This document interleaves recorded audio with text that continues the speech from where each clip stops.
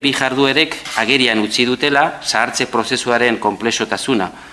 pertsona nagusien kolektiboaren barruan adin talde desberdinak daudelako, behar eta interes desberdinekin. 60 urtetik 75 eta kasu batzuetan 80era, osasun eta bizi baldintzetako aurrepenei esker gaur egun osasun egoera ona duten pertsona nagusiak autonomia maila onarekin eta menpekotasuna maila gutxiekin,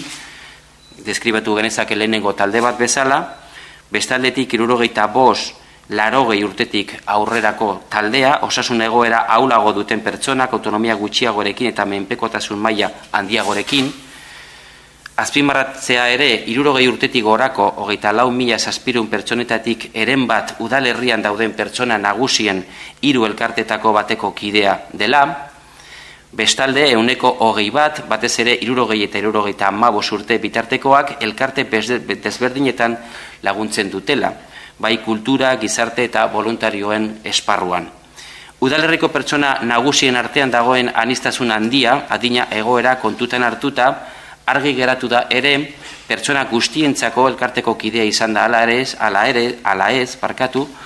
astialdirako eskaintza egokia bermatzeko udalari egindako eskaera edo exigentzia.